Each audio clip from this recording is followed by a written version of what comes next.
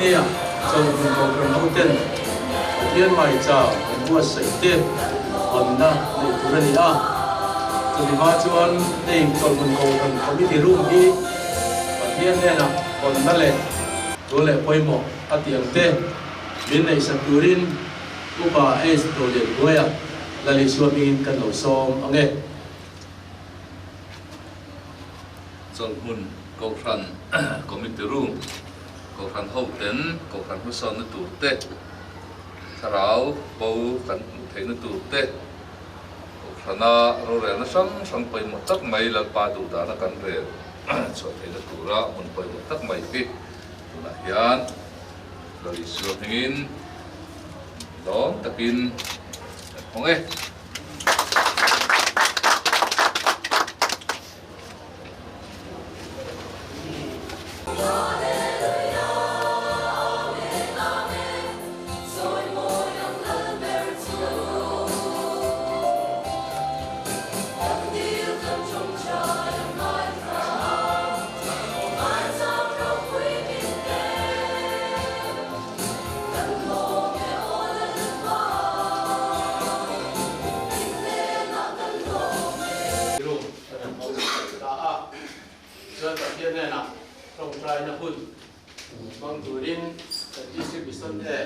Director kan som ko tane distribution director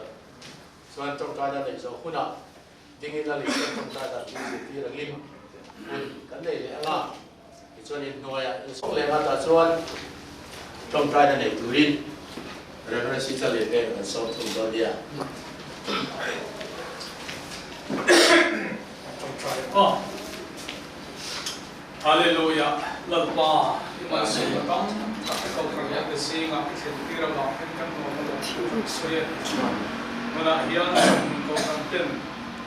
komite ro wa turata lalpan bo sechu iping khiam lim am chungin lalpa kan onge imi dihim kan nilawa nang ma pachuan tu kan ni ya nang ma chau da ro pui tur kan ni agin iping khiam lim am ma chungin he komite ro kan bang na hilal panang ma pin khias che chunga hian kau kan Department level pa bill de po level pa ka committee anga muna hen ro re chura ka mandal ko na ni tin ka ne ko in so in pia se kan so de ka ngai de mangi now going to the so mai de mong se so tu re the na mi fero sula mi swala ka chuan mi chana so kong che cái library le computer kan document sang kan da home na room hi ti ko ala le ma tong tu rin kan so ma anin ribon a che sa zo kuna so ran committee chin test ko kan du ta nga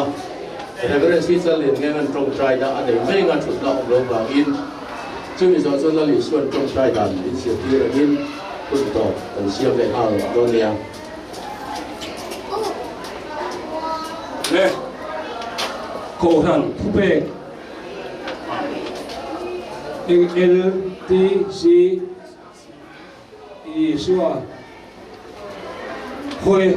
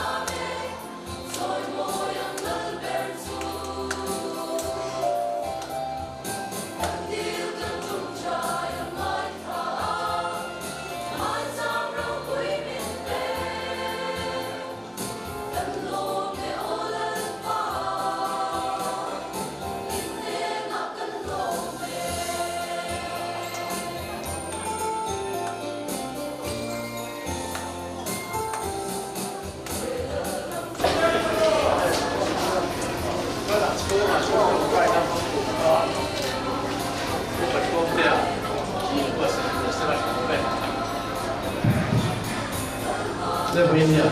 hotel Sunday School Hall na nanay dola sa dulo ng school ko pala ko ba so ma kan luta ma chuan trong trai na ai durin ko ano ko pera loi was sala ko be ya ko pala ko ba puta Sunday School Hall na ko pala si so be yung January sa May sa amin sa Pahun Kian kau kanin turun kanin Sunday School Hall lalpa ison yung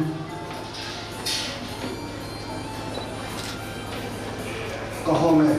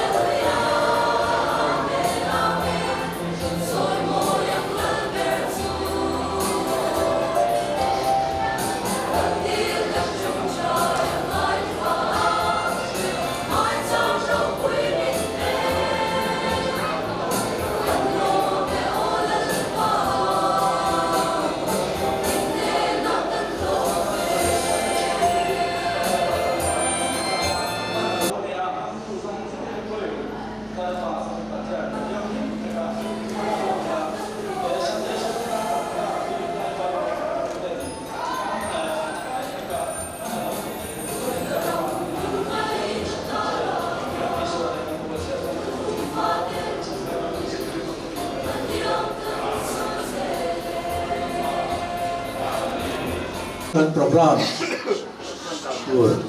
Ian adiang tur kan somain kan bill secretary tirgo lal trezwala China hun mang turin kan so mga chumi so chuan kan biakin hong tu tur North Mizoram district kan superintendent Reverend Chiang Puya kan so Tony le kan program kan trandon to ama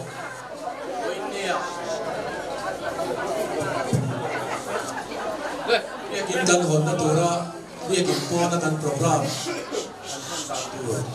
in adiang kan biakin hong tu tur kan so main kan bial secretary tirko lal trezwala China hun mang turin kan so mga chumi so chuan kan biakin hong tu tur North Mizoram district kan superintendent Reverend Chiang Puya kan so Tony tirgo lal trezwala so kan bial secretary from China turin kan so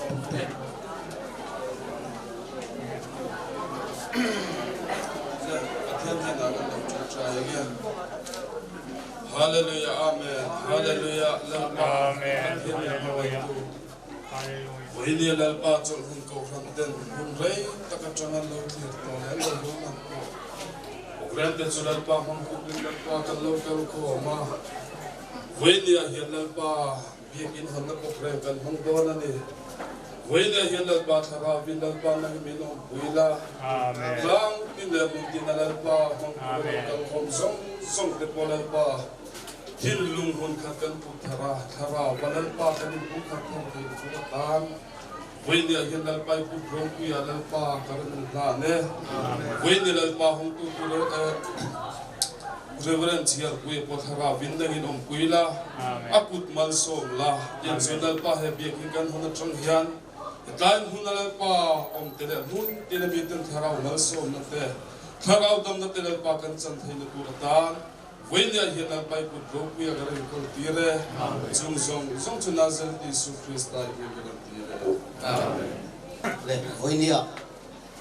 son biakin hong thei kura lalpa min so khoma bangin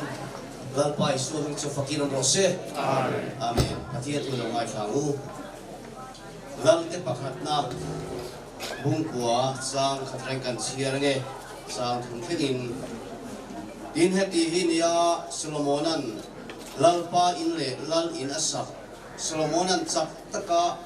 atum zong ati zo fek nuwa chuan ibon khwa hena ein lar ang khan lalpa chu Solomon hena arin lar tin lalpa chu nan hena I tong trai na le idin na pa a iron khen kha kalo ngai tha a he min in sakhi khwa a kamin tir nan ka ti tiang him to e kamit le ka thinlung chu ta chuan a khwa to ang atiani kan tu silal par ka za kal mar so se Phối địa gian việc kiến hi pathian mai cha pathian việc kiến ama sena hun tu te ama chi bai kan hu da hun tu te ania lalpan he mun hi kamit le ka thinlung te ang khua to ang atia wangin he muni pathian he na voi kan plan do na in he việc kiến kan hong do na lalpa she ni ne in chowa chan hun thiang dim hi lalpan athi lai na wa amun kan hum him atha avel po kan hum him atha he biakin hi in tang a am lawa pathian mai cha pathian chi bai bu tuni wangin voino ko khom song ten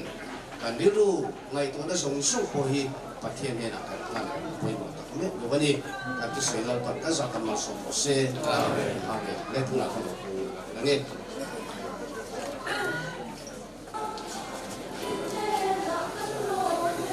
Voini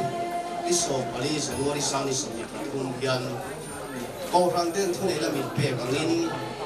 United Pentecostal Church North East India North Mizoram District Solomon biakin hi ko rang te zalen na kharau ni te zalen na te thutlung phuana hun te zirti na dik tak pek phuana hun ani thina tura tan te dam lo ten dam na ti sa le tharawan hu ngai thina thura tan le voilia hian meeting te tan mal som na hun ani thina thura tan lalpa iswa mingin